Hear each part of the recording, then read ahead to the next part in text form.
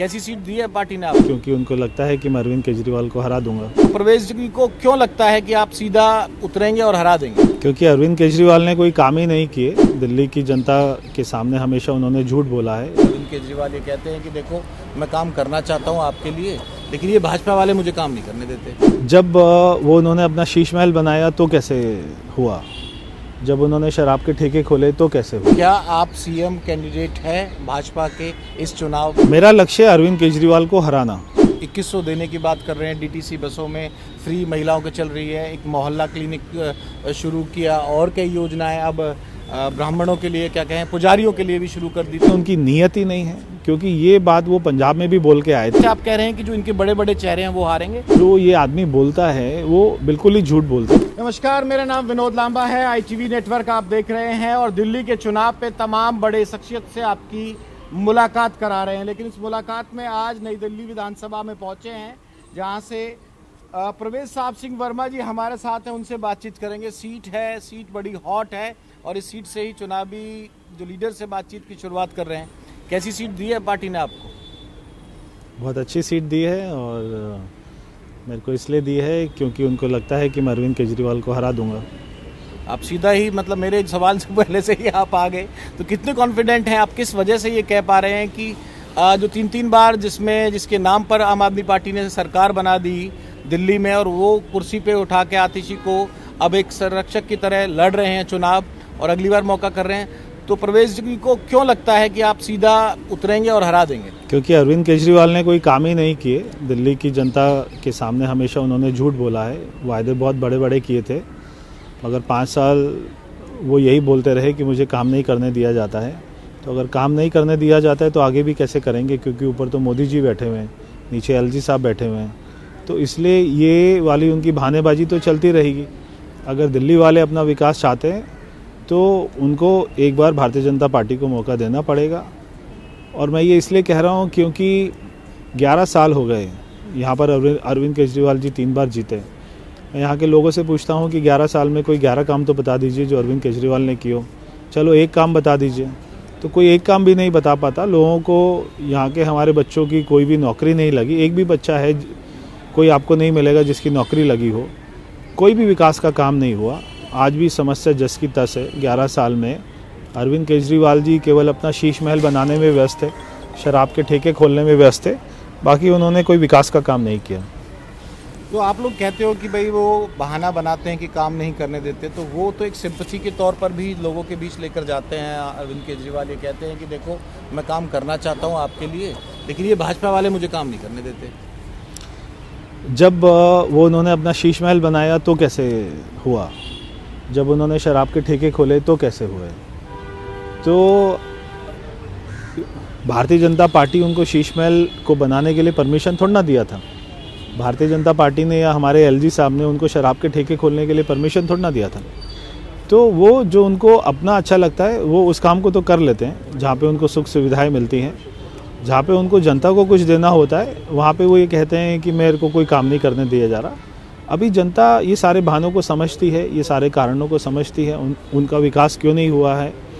तो इस बार ये चुनाव भारतीय जनता पार्टी के साथ में दिल्ली की जनता लड़ रही है, इसलिए मुझे विश्वास है कि उनकी यहाँ से नई दिल्ली सीट से जमानत भी जब्त होगी और दिल्ली में हमारी सरकार बनेगी। दिल्ली की आधी आबादी को खुश करने के लिए आपको लग रहा है कि ये योजनाओं की जरूरत थी जो पहले पूरी नहीं हो पाई हैं? आम आदमी पार्टी ने तो पंजाब में भी 2 साल पहले कहा था, चवन्नी तक नहीं दे पाए। क्या ऐसी कमी रह गई है जो शीला जी के समय में थी और अब आपको लग रहा है कुछ चीजें पिछड़ रही हैं यहाँ पर? या तो कहीं CCTV 2-3 लग गए जो काम नहीं कर रहे हैं, या एक आध बेंच लग गई।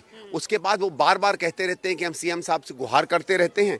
अरे CM साहब मिले, सड़क पर उतरे तो चीजें समझे ना। यहाँ पर आपको लग रहा है सर कोई ऐसा वर्ग है जो अभी भी अनटच्ड रहा है, जिनके लिए काम नहीं हो पाया है? पता नहीं, शीश महल बनाना चाहते थे, मिनी बार बनाना चाहते थे, ईश्वर जाने क्या बनाना चाहते थे, किसके लिए अधिकार चाहते थे। अरे अधिकार तो हम जनता के लिए लड़ने के लिए मांगते हैं। अब वो इसी बात का दम भरते हैं कि हमने बिजली सस्ती करवाई। जब 3000 करोड़ रुपया सालाना बच रहा है, 2200-2400 का ये सब्सिडी दे रहे हैं, तो काम इन्होंने क्या किया? काम तो शीला जी ने किया ना। हमने काम किया है, हम ही काम कर सकते हैं। ये दिल्ली काम मांग रही है। दिल्ली चुनाव में जिस तरीके से अब पूरा कहें तो जोर शोर से अब चुनाव प्रचार भी शुरू हो गया है, तो नई दिल्ली जो कि VIP सीट है, वहां से कांग्रेस उम्मीदवार संदीप दीक्षित इस समय हमारे साथ हैं। संदीप जी, आज जिस तरीके से कांग्रेस की तरफ से ऐलान किया गया है कि अब वो भी महिलाओं के लिए सम्मान राशि लेकर आएंगे, 2500 रुपए दिए जाएंगे जब आते हैं, तो क्या अब दिल्ली की आधी आबादी को खुश करने के लिए आपको लग रहा है कि ये योजनाओं की जरूरत थी जो पहले पूरी नहीं हो पाई है? देखिए, ये योजना आम आदमी ने तो दिल्ली में की नहीं, हमारी तो सरकार है कर्नाटक में, हम लोग 1.5-2 साल से वहां कर ही रहे हैं। तो ये तो कांग्रेस की नीतियों में था। आम आदमी पार्टी ने तो पंजाब में भी 2 साल पहले कहा था, चवन्नी तक नहीं दे पाए। तो ये हमारा तो ये है कि हम जो वायदे करते हैं वो निभाते हैं। और आज इसीलिए हम लोगों ने शिव कुमार जी, जो हमारे उप मुख्यमंत्री हैं कर्नाटक के, उनको लाए कि भाई वो बता सके लोगों को कि जहां हमारे राज्य हैं वहां हम इस तरह की स्कीम लागू कर रहे हैं, तो जिसमें लोगों को भरोसा होगा कि पार्टी जब कहीं और एक जगह कर सकती है तो दूसरी जगह भी कर सकती है। और सम्मान ऋषि का, क्योंकि ये एक कांग्रेस की नीति में रहा इस तरीके की योजना को। पहले क्या हुआ था, कोई पार्टी ने पहले कर दिया, कोई बाद में कर दिया, इसमें कोई प्रतिस्पर्धा की बात नहीं होती है, लेकिन हर पार्टी अपने मन से दिखाती है। लेकिन हमारा अंतर ये रहेगा कि इस तरीके की सुविधा और सहूलियत तो हम करते ही हैं, लेकिन इसके साथ साथ जो एक समझ लो बनी हुई बढ़िया सुंदर दिल्ली, इंफ्रास्ट्रक्चर वाली दिल्ली जो पहले बनाई गई थी, उस तरह की दिल्ली को भी वापस लाने का हम वायदा करते हैं। संदीप जी, मैंने खुद शीला दीक्षित जी का 10 साल यहाँ पे टेन्योर पूरा कवर किया है, उनको देखा है। नई दिल्ली की सीट उनके लिए काफी ज्यादा महत्वपूर्ण थी और आप इस सीट पर अब आए हैं, तो क्या लग रहा है सर, यहाँ पर वो चीजें, वो क्या ऐसी कमी रह गई है जो शीला जी के समय में थी और अब आपको लग रहा है कुछ चीजें पिछड़ रही हैं यहाँ पर? उसके बाद बहुत कुछ हो नहीं पाया। देखिए, मैं सामान्य जगह जगह जा रहा हूँ और वहाँ जब हम लोगों से बात करते हैं तो लोग अपने आप बताते हैं कि क्या खड़ंजे उन्होंने लगाए, कहाँ बिजली के तार वो लगवा पाई, सूएज की सिस्टम वो लगवा पाई, कई कई जगहों पे छत नहीं थी, छत ठीक करवा पाई। और हम जब बात करते हैं उसके बाद की, तो या तो कहीं सीसीटीवी 2-3 लग गए जो काम नहीं कर रहे हैं, या एक आध बेंच लग गई। उसके बाद वो बार बार कहते रहते हैं कि हम सीएम साहब से गुहार करते रहते हैं। अरे सीएम साहब मिलें, सड़क पर उतरें तो चीजें समझे ना। सेवा भाव तो आपका चलता ही है, आपकी एक एनजीओ भी है, क्या उसके लिए राजनीति जरूरी थी सर? आपकी अपनी विधानसभा में जो जीते हुए लोग हैं, जिंदा लोग हैं, उनके वोट काटे जा रहे हैं, उनको ही दिखाया जा रहा है कि वही वोटर लिस्ट में नहीं है। नरेंद्र मोदी जी का शायद आपको फोन भी आया था कोरोना काल में। शीश महल का मुद्दा जिस तरीके से बीजेपी उठा रही है, क्या उस फायदा ले पाएगी? 1 नेशन 1 इलेक्शन, आपकी राय क्या है? तो बीजेपी से सर ऐसा मोह क्या भंग हुआ जो आम आदमी पार्टी आपको लगा एक अपर हैंड है या पॉलिटिक्स ज्वाइन करने के लिए? आम आदमी पार्टी ने अपने सभी उम्मीदवार सामने उतार दिए हैं और वो लगातार ये बात कह रही है कि दिल्ली चुनावों के लिए आम आदमी पार्टी तैयार है। इसमें सबसे अहम सीट और ज़रूरी सीट जिसकी हम बात कर रहे हैं वो है शादरा की, जहां से आम आदमी पार्टी के जो उम्मीदवार हैं वो हैं जितेंद्र सिंह शंटी। शंटी सर, आपका नाम पहले ही हमने देखा, भाई पद्मश्री आप अवॉर्डी हैं। कोरोना काल में सर आपने जितनी लोगों की मदद की, आज भी आप आए हुए हैं चुनाव प्रचार के बीच में भी लोगों के बीच आप आ रहे हैं, उनसे उनकी डेड बॉडीज़ वगैरह जो अनक्लेम्ड बॉडीज थी कोरोना काल में, वो सारा आपने उस पर वर्कआउट किया। पहले तो सर मैं ये जानना चाहूँगी कि सेवा भाव तो आपका चलता ही है, आपकी एक एनजीओ भी है, क्या उसके लिए राजनीति ज़रूरी थी सर? मुझे लगता है कि मैं नहीं गया राजनीति में। मैं 10 साल से सोच चुका था कि मैं नेतागिरी नहीं करूँगा। जनता ने मन बनाया और ये कहा कि जो शमशान में खड़ा हो सकता है, जो शमशान में खड़ा हो सकता है वो विधानसभा में खड़ा क्यों नहीं हो सकता, पहली बात। और अब तो लोगों ने ये कहना शुरू कर दिया है कि शंटी जी आपने लाशों को कंधे पे उठा के शमशान तक पहुँचाया है, हम आपको कंधों पे बिठा के विधानसभा में छोड़ के आएंगे। ये लोगों की सोच है, क्योंकि मेरा तो एक ही नारा है, ना कोई वादा ना कोई नारा, सेवा ही है कर्म हमारा। मेरी कर्म भूमि है, मैं सुबह शाम दिन में 4 चक्कर मेरे शमशान घाट लगते हैं। मेरे क्षेत्र में कोई भी डेथ हो जाए, गरीब है अमीर है लावारिस है, मैंने यहाँ आना है उसके संस्कार में। और जैसे लोगों को अपने धार्मिक स्थल में जाके संतुष्टि होती है, और मैं एक बात सबको कहता हूँ कि जब हम अपने अपने धर्म के अनुसार जाते हैं ना, उस वहाँ हमें और हमारे अंदर अहंकार आ जाता है कि हम तो आज भगवान को मिल आए हैं, सारे काम ठीक हो जाएंगे। लेकिन जब यहाँ आते हैं तो 1 मिनट के लिए मन में नीचापन आता है कि यार क्या साथ ले जाना है, ऐसे ही मर जाना है। तो ये स्थान बहुत महत्वपूर्ण स्थान है, पूजनीय स्थान है, और हमारी तो रणभूमि भी है, क्योंकि जब हम कोविड में 4000 से ज़्यादा लाशों का संस्कार किया तो लोग मुझे कहते थे शंटी जी आप मौत से खेल रहे हैं। मेरा भाई राजा हाशमी, दिलीप बनर्जी के साथ थे मेरे 1.5 महीने तक। तो मैं एक बात कहता था कि हम फौजी की तरह काम कर रहे हैं, और लड़ाई लगने पर फौजी अगर घर में रह के मर गया तो वो शहीद निकल आएगा। इसलिए हम रणभूमि में मरेंगे, रणभूमि शमशान घाट थी हमारी। हमारा चुनाव भी शमशान घाट से है। लोग जिंदा लोगों से ही वोटें मांगते हैं। मैं तो आशीर्वाद यहाँ से भी मांगता हूँ, क्योंकि जहाँ भगवान खुद विराजमान हैं तो मुझे लगता है सारा कुछ तो यहीं से मिलना है। सच्ची बात यह है। और यहाँ के क्षेत्र के विधानसभा के लोग जो मुझे प्यार दे रहे हैं, वो किसी भी राजनीति से ऊपर उठ के दे रहे हैं, और ये कह रहे हैं कि आप राजनीति नहीं कर रहे, आप सेवा नीति कर रहे हैं। इसलिए मैं बहुत खुश हूँ। पहले आप हारे 40,000 से ज़्यादा वोटों से, दूसरी बार 60,000 से ज़्यादा। तो ऐसे में अब ये मार्जिनल गैप सर कैसे कम होगा? अब दिल्ली के लोग थक चुके हैं। तो वैकल्पिक राजनीति कहते थे, वो राजनीति तो वही है, भ्रष्टाचार। जो फाइट है आम आदमी पार्टी और सिर्फ बीजेपी में दिखाई दे रही है। इसमें मैं कोई टिप्पणी नहीं करना चाहता। जो कांग्रेस सरकार में टैंकर माफिया पनप रहा था, वो खत्म करके हमने लोगों के घरों में पानी पहुंचाया है, और अब जो फ्री पानी दे रहे हैं उसका हम बिल भी नहीं ले रहे हैं। साबित करता है कि एक्चुअल टैंकर माफिया जो है वो ये आम आदमी पार्टी सरकार है। एक दूसरे पर ये आरोप कर रहे हैं, एक सीएम हाउस के पीछे पड़ा है, एक पीएम हाउस के पीछे पड़ा है। राजमहल और शीश महल। मुझे दुख इस बात का है कि बजाय चर्चा आम लोगों के मुद्दों पे होनी चाहिए, हम शीश महल और उस पे ले गए, क्योंकि दोनों बचना चाहते हैं। हारून जी, हमारे शो पे आने के लिए बहुत बहुत धन्यवाद। हारून जी, मेरा पहला सवाल आपसे यही है कि 1993 से आप बल्ली मारान सीट पर आए और वहाँ 2015 तक काबिज रहे, लेकिन उसके बाद बयार कुछ ऐसी बही कि आम आदमी पार्टी वो सीट आपसे ले गई। पहले आप हारे 40,000 से ज़्यादा वोटों से, दूसरी बार 60,000 से ज़्यादा। तो ऐसे में अब ये मार्जिनल गैप सर कैसे कम होगा? देखिए, जो दिल्ली का चुनाव था, अगर आप देखें 2015 का, मैं 2013 में जीता जी, और 10,000 वोट से जीता मैं। 2015 का जो चुनाव था वो एक झूठ की ऐसी दास्तान थी जिसमें दिल्ली वालों को लगा कि आसमान के सारे तारे हमारे झोली में आ जाएंगे, और उस तरह के वादे थे। अगर आपको याद हो, चाहे वो यमुना की सफाई की बात हो, दिल्ली की सड़कों की बात हो, दिल्ली के स्कूलों की शिक्षा एक नया मॉडल लेकर आए जो कहते थे इंटरनेशनल लेवल का है। स्वास्थ्य के बारे में बात की, महिलाओं के बारे में बात की। आखिर में मिला क्या उनको? तो अब फिर उसके बाद एक नया उन्होंने अडंबर रचा 2020 के अंदर। लेकिन अब दिल्ली के लोग थक चुके हैं, क्योंकि ये नए तरह की राजनीति, जो वैकल्पिक राजनीति कहते थे, वो राजनीति तो वही है, भ्रष्टाचार।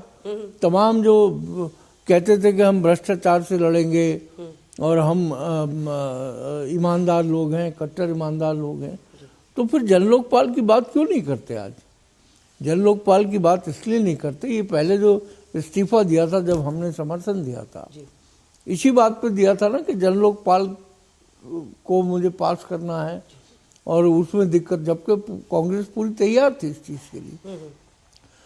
तो उस वक्त इस्तीफा देने के बाद आज तक जन लोकपाल की बात ना करना, मैं समझता हूँ कि यही काफ़ी है लोगों के लिए कि ये कितने कट्टर ईमानदार हैं। क्योंकि आज अगर जन लोकपाल आ जाए तो इनके कई मंत्री, स्वयं मुख्यमंत्री और बहुत सारे विधायक जो ऑलरेडी जेलों के सफ़र कर चुके हैं, वो सब उसके अंदर जेल में जाएंगे। गहलोत साहब, मुकाबला किससे है आपका? मेरे ख्याल से मुकाबला जो है वो इस बार किसी से नहीं है। सीएम बदलने की बारी थी तो कैलाश गहलोत साहब को भी बनाया जा सकता था। पर्दा हटने लगा और चश्मा हटने लगा, तो आहिस्ता आहिस्ता ये रियलाइज़ हुआ कि भाई ये वो पार्टी नहीं है, ये वो अरविंद केजरीवाल नहीं है। आपके रेजिग्नेशन में शीश महल का भी जिक्र है, वो भी एक लास्ट का वो कफन इन द नेल वाला होता है क्या? तो जो उनकी आइडियोलॉजी थी, जो विजन था, जो प्रिंसिपल्स थे, उससे भटक गए हैं। एक बार आपको बुलाया तो गया था ईडी? एक बार नहीं, 2 बार बुलाया मुझे, सीबीआई ने बुलाया मुझे, ईडी ने बुलाया। और केजरीवाल साहब तो साफ कह रहे हैं कि हाँ जी, हम तो फ्री की रेवड़ी बांटेंगे। लाडली स्कीम चल रही है जी, तो अगर आप उसको फ्री भी कहना चाहते हैं तो कहिए। अब वो जाटों की आवाज़ उठा रहे हैं और नया कार्ड खेल रहे हैं। हमने तो खुद उनको कितनी बार कहा जी आप ये मुद्दा उठाइए, तब उनका समय नहीं था। खास मुलाकात दिल्ली की शख्सियत से कराते हैं जो बिजवासन में चुनाव लड़ रहे हैं। पहले नजफगढ़ के विधायक हुआ करते थे और 2 बार विधायक रहे, लेकिन आम आदमी पार्टी का साथ छोड़ के और मंत्री पद छोड़कर अब बिजवासन में भाजपा के उम्मीदवार बनकर आए हैं। मुकाबले में इनके साथ सुरेंद्र भारद्वाज हैं आम आदमी पार्टी से और कांग्रेस से देवेंद्र कुमार सहरावत साहब। तो गहलोत साहब, मुकाबला किससे है आपका? मेरे ख्याल से मुकाबला जो है वो इस बार किसी से नहीं है।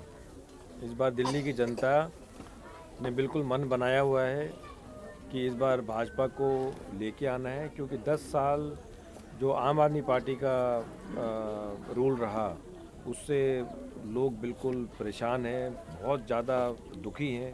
यहाँ की हालत देख लीजिए, मतलब मेन रोड से यहाँ आने में मतलब मुझे तो लगा कि हम पहुँच ही नहीं पाएंगे। हाँ, ये एक बहुत बड़ा मुद्दा है चुनाव लिखा है में। ये। मैंने कई जितने भी इंटरव्यूज अब में किए, सब यही कहते हैं कि भाई हर बार आपको अगर यही एक्सक्यूज बनाना है तो why not try someone else.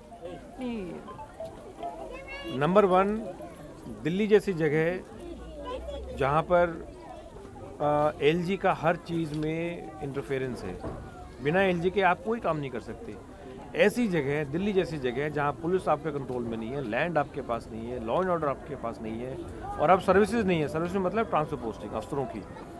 ऐसी जगह पे आप केंद्र सरकार को बिना साथ लिए, एलजी को बिना साथ लिए आप कौन सा विकास कर सकते हैं? यही विकास कर सकते हैं। तो वो तो आरोप लगाते हैं कि बीजेपी वाले जानबूझ के नहीं करने देते, एलजी उनके इशारे पे काम करती। शीश महल बना तो कॉर्पोरेशन नहीं मिला अफसरों का।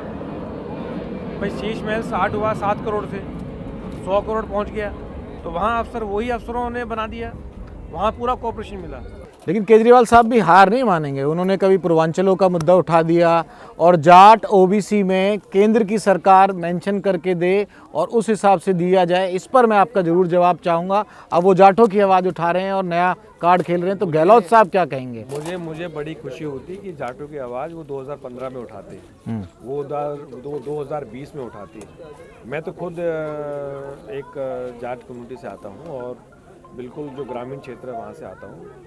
तो हमने तो खुद उनको कितनी बार कहा जी आप ये मुद्दा उठाइए, तब उनका समय नहीं था। जब बिल्कुल चुनाव सर पे आ गया और बाहरी दिल्ली स्पेशली में जाटों की काफ़ी बड़ी संख्या है, इस विधानसभा में बड़ी संख्या है। आप जिससे पहले आप लड़ते थे उसमें भी पहले नजफगढ़, मुंडका, नरेला पूरा चले जाइए आप, महरौली, पूरी जितनी बाहरी दिल्ली है। और उनको ऐसा भी हमेशा लगा कि जाट आम आदमी पार्टी को वोट नहीं करते। लेकिन अब जब उनको बिल्कुल सर पे आ गई और ऐसा लगा कि भाई अब सत्ता जा रही है, कुर्सी जा रही है, तो फिर अब वो सिर्फ राजनीति करने के पॉइंट ऑफ व्यू से अब उनको जाटों की याद आ गई। और मुझे लग रहा है कहीं ना कहीं वो भाजपा देगी। मुझे लग रहा है कहीं ना कहीं वो चुनाव भी जाट से हारेंगे। आप आए बीजेपी से आए, वहाँ भी आपने काफ़ी काम किया। ऐसा क्या मोह भंग हो गया सर कि आपको लगा कि आम आदमी पार्टी जो है वो जो है लोगों के लिए या सड़कों पर ज़्यादा है? देखिए, राजकुमार आनंद जी को 4.5 साल मौका दिया अरविंद जी ने। अरविंद केजरीवाल के चेहरे पे आपको लग रहा है मैजिक फैक्टर काम कर जाएगा? जैसे अरविंद केजरीवाल खुद कह रहे हैं कि बाबा साहब के लिए जो टिप्पणी हुई या बात कही गई उससे कहीं ना कहीं आहत है समाज, या आम आदमी पार्टी अपने पिछले कामों को लेकर क्यों नहीं जा रही? और भारतीय जनता पार्टी से किसने मना करा है? बीजेपी में जो अपना अंदरूनी गृह युद्ध है वो बहुत खतरनाक है। बीजेपी में शायद सबको सीएम बनना है। आम आदमी पार्टी से जो उम्मीदवार हैं प्रवेश रत्न, उनसे बात करते हैं। प्रवेश जी, जिस तरीके से आपको यहाँ पे टिकट दिया गया, पहले आप आए बीजेपी से आए, वहाँ भी आपने काफ़ी काम किया, ऐसा क्या मोह भंग हो गया सर कि आपको लगा कि आम आदमी पार्टी जो है वो जो है लोगों के लिए या सड़कों पर ज़्यादा है? देखिए, आम आदमी पार्टी का तो कार्य लगातार कई वर्षों से आप देख ही रहे हैं और उन्होंने काम करे भी हैं। और मुझे लगता है कि उसको सीखकर बीजेपी जो कई राज्यों में जो करने का काम कर रहे हैं वो माननीय अरविंद केजरीवाल जी के बाद ही तो करे जा रहे हैं। बीजेपी पहले क्यों नहीं जागी थी? और अब उनके सारे कामों को कोशिश कर रहे हैं, मगर फिर भी उनके पास 20 राज्य हैं और 20 राज्यों के अंदर करके दिखा दें। और अरविंद जी तो जो जिस प्रकार से दिल्ली की जनता है उसके बारे में जैसे हर वक्त सोचते हैं और हमेशा कुछ ना कुछ एक नया करने की कोशिश करते हैं, जिससे एक संदेश भी जाए और नीचे धरातल तक वो उस चीज़ का उसको फ़ायदा मिले सबको। अच्छा, आप कह रहे हैं कि कुछ नया करने की सोचते हैं। हमने यहाँ पे देखा ये आरक्षित सीट है, तो ये आरक्षित सीट होने के साथ साथ जो एक वोट बैंक है, आप जैसे खुद बता रहे कि एक दलित वर्ग है वो यहाँ पे जो है 50,000 के तकरीबन है यहाँ पर पटेल नगर विधानसभा सीट में, और ज़्यादा होगा। तो अब ऐसे में उनके लिए क्या ऐसे काम है सर जो पहले नहीं हो पाए या रह गए? और राजकुमार आनंद जो खुद आम आदमी पार्टी में थे, उनके कार्यकाल में वो चीज़ें पूरी नहीं हो पाई। देखिए, राजकुमार आनंद जी को 4.5 साल मौका दिया अरविंद जी ने, मगर वो जिस तरीके से चीज़ों को छोड़ के भागे और सारी चीज़ें जो इस प्रकार से आप देखिए, सीवरेज की परेशानी, पानी की परेशानी, क्योंकि अरविंद जी ने तो विश्वास जताकर उनको मौका दिया और मंत्री भी बनाया, क्या उस पर खरे उतरे? आज पटेल नगर की जनता के आप कहीं पे भी जाके पूछिएगा, पूरे पटेल नगर की जनता उनसे बहुत ज़्यादा नाराज़ है, क्योंकि उन्होंने सिर्फ कुछ नहीं किया, सिर्फ अपने काम करे और जनता के बीच में किसी प्रकार का कोई काम नहीं किया, जिसकी वजह से बहुत ज़्यादा रोष है उनको लेकर। तो आपको लग रहा है कि वो जो उनका अकाल पड़ा हुआ वो अभी पूरा नहीं खत्म हुआ? वो अभी अकाल में ही रहेंगे सारे। तो ये थे हमारे साथ प्रवेश रत्न, जो सीधे तौर पर ये कह रहे थे कि जिस तरीके से आम आदमी पार्टी अब देख रही है यहाँ पर ग्राउंड लेवल पे काम कर रही है, उससे एक बार उम्मीद फिर है कि चुनावों में वो अपनी जीत एक बार फिर दोहराएंगे। मैं मोनिका सिंह, इन खबर दिल्ली से आपके पास ऐसी ग्राउंड रिपोर्ट लाती रहूंगी।